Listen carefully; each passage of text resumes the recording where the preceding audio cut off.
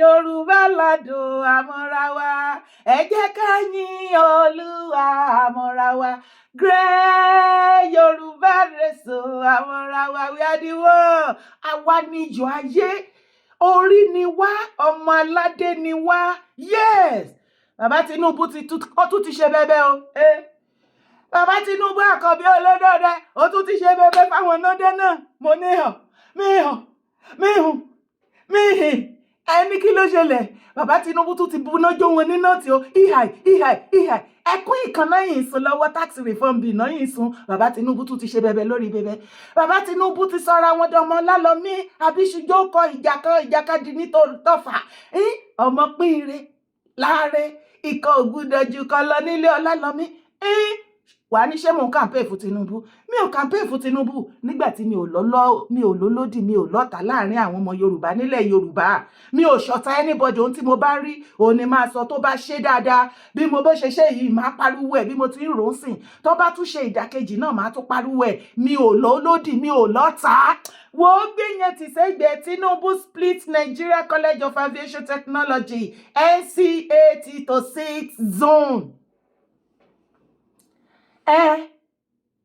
Nigeria College of Aviation Technology ṣé o mọ̀ pé Zaria ló wà láti ìgbà tó ti dá sílẹ̀. Why tó ṣe jẹ́ wípé gbogbo àwọn orísun nǹkan rere everything about Nigeria tó ń kó gbogbo ẹ̀ lọ sí north. Bàbá Ọbásanjọ́ ṣẹ̀ráyé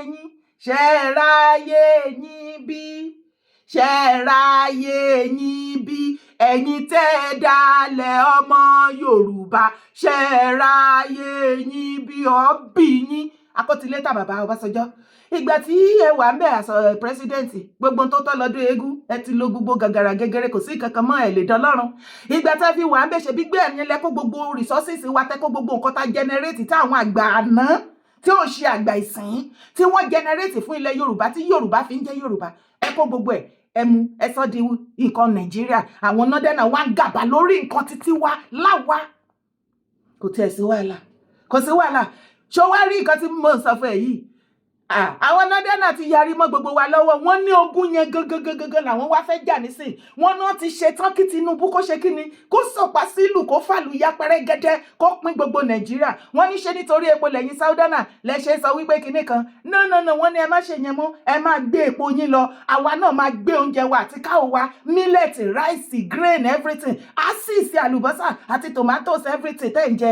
Àṣìṣe ṣebí crude oil ẹ máa kó lọ, a máa sọ. Ọ̀rọ̀ yóò lè yé ọmọ ìyá mi wá gbọ́ fúnra lára ẹ̀ náà. Araba ta kawai.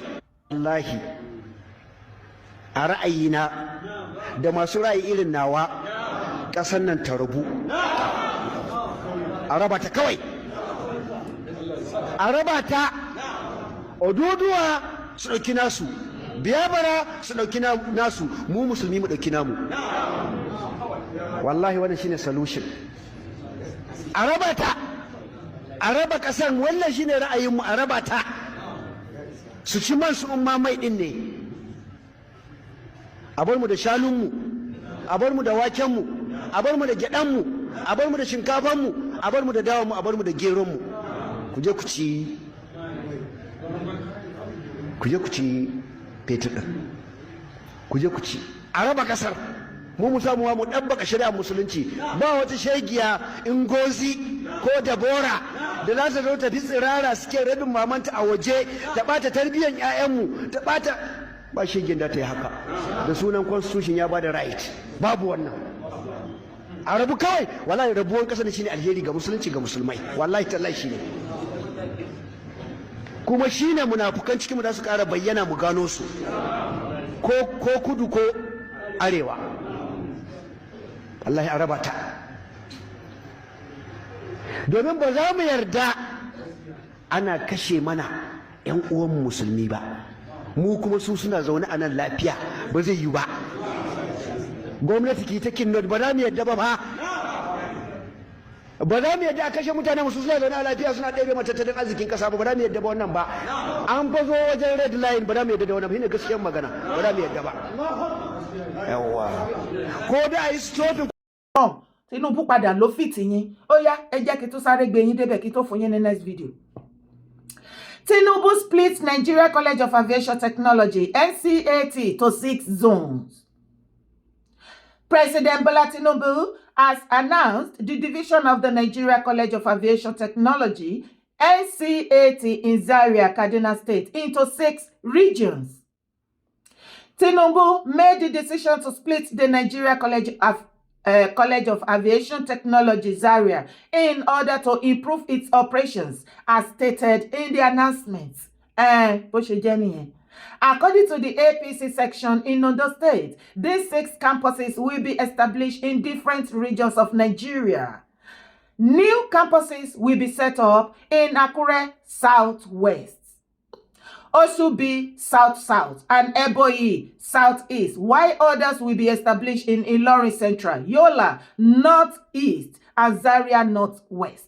Hey, have you ever sat down one day and thought about this? Wípé, ǹjẹ́ ọmọ Northerner mélòó lórí ní diaspora tí ó wà nínú cabinet wọn, tó wà nínú cabinet wọn, àbí tó wà tó bá wọn ṣe àwọn nǹkan kan tí wọ́n recognize, tó pull something tí gbogbo àgbáyé tí diaspora tí wọ́n recognize wọn? Have you ever seen any part of any youth in north part of Nigeria be celebrated in abroad for one thing, for their intelligence, for their contribution? No.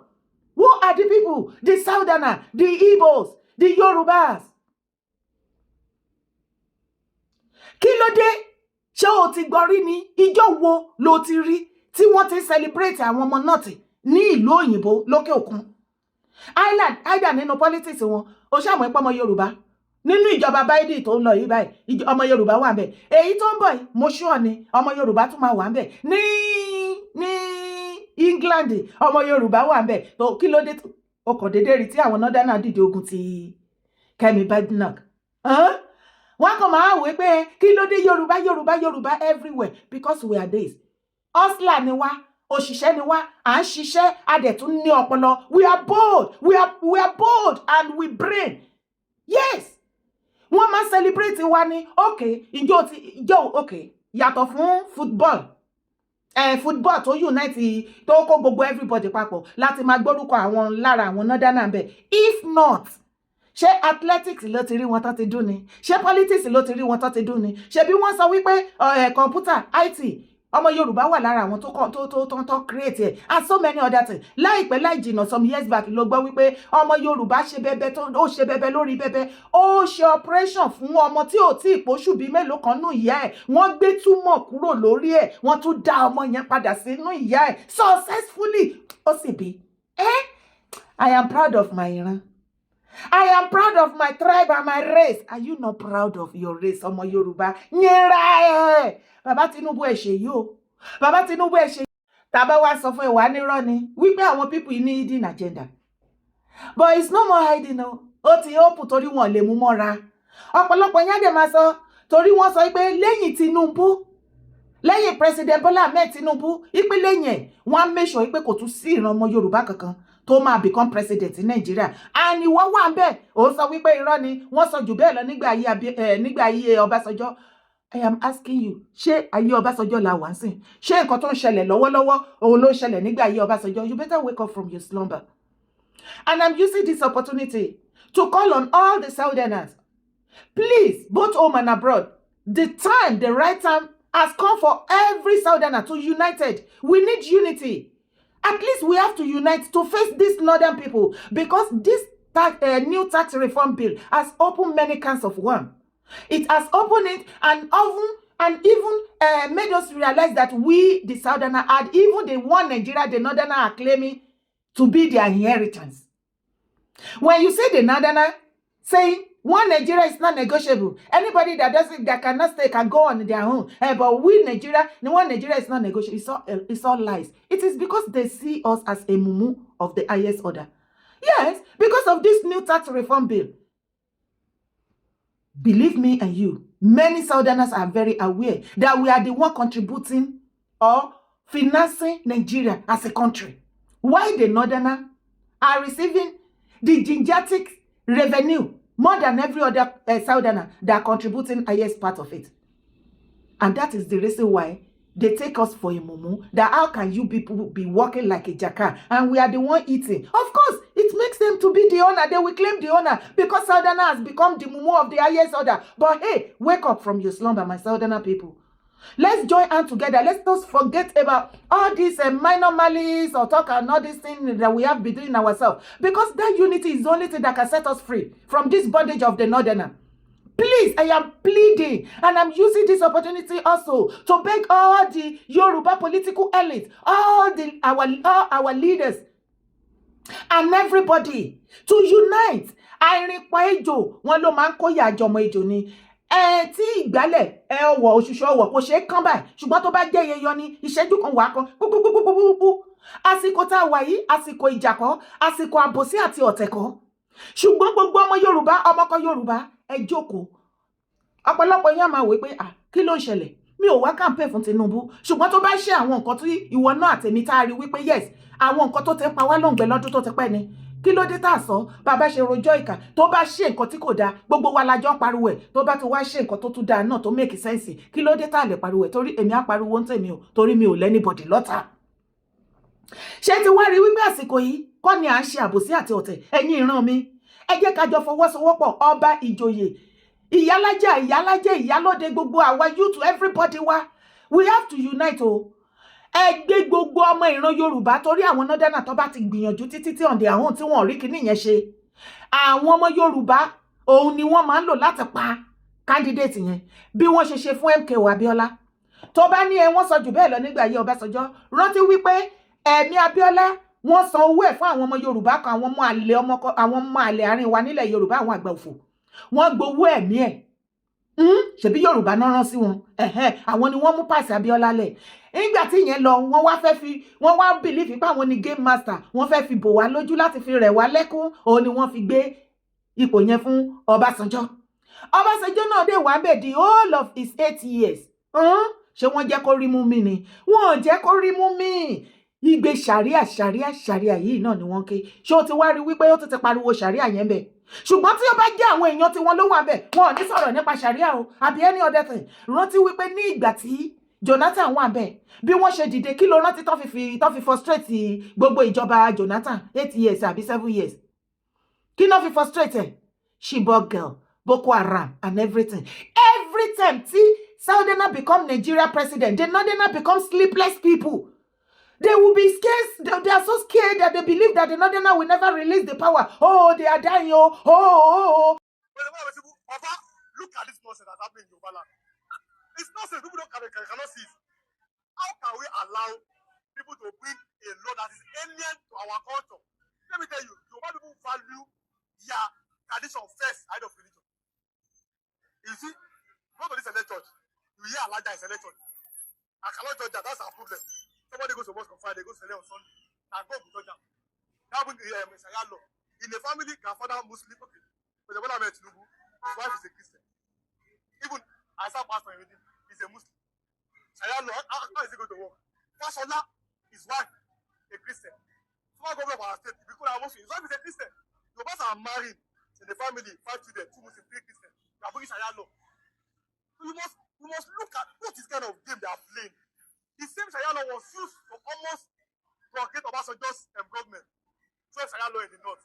That's the first man to cut his hand. I forgot his name, but I just heard about it. They cut his hand for stealing something small. And Lati will steal 100 billion. Why they cut his hand?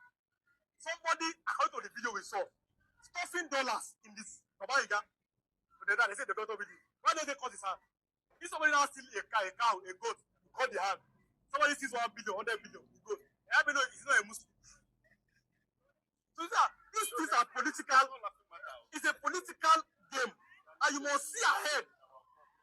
So you must have to see, no, this is a game. What is the end game? They want to destroy this man's government. Even though I don't support him. But they want to destroy his government. It's from the south. Obasanjo, Sayalo, Jonathan, Boko Haram, Chibok girls. They are playing games with you. But you cannot see it.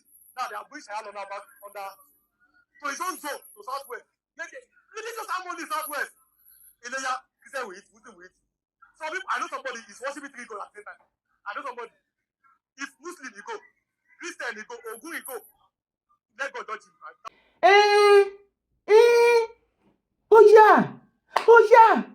Ó yá ọmọ Yorùbá, ìjà ẹ̀sìn a ò jàjà ẹ̀sìn ilẹ̀ wa ni wọ́n fẹ́ gbà gbogbo nǹkan tó wà lẹ̀ Yorùbá náà fẹ́ dominate wọ́n fẹ́ kó wa sábẹ́ wọn ká máa ṣẹrú lábẹ́ wọn.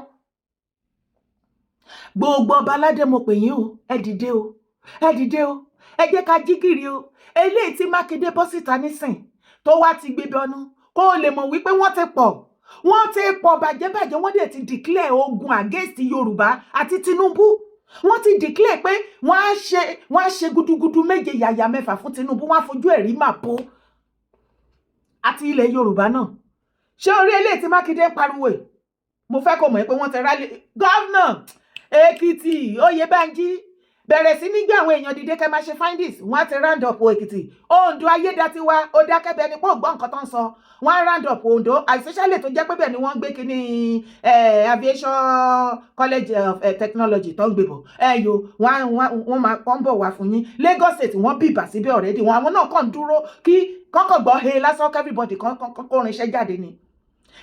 Ṣé Ọ̀yọ́ State tí Mákindé ti pariwo ni wọ́n ti rally round yín ni àbí Ògùn State ní gbogbo ilẹ̀ Yorùbá pátápátá àsìkò tó fẹ́ fìtìná tì yín lélẹ̀ ṣe ti wá rí wípé I need unity. Ó yá protect yourself and be your brother's keeper.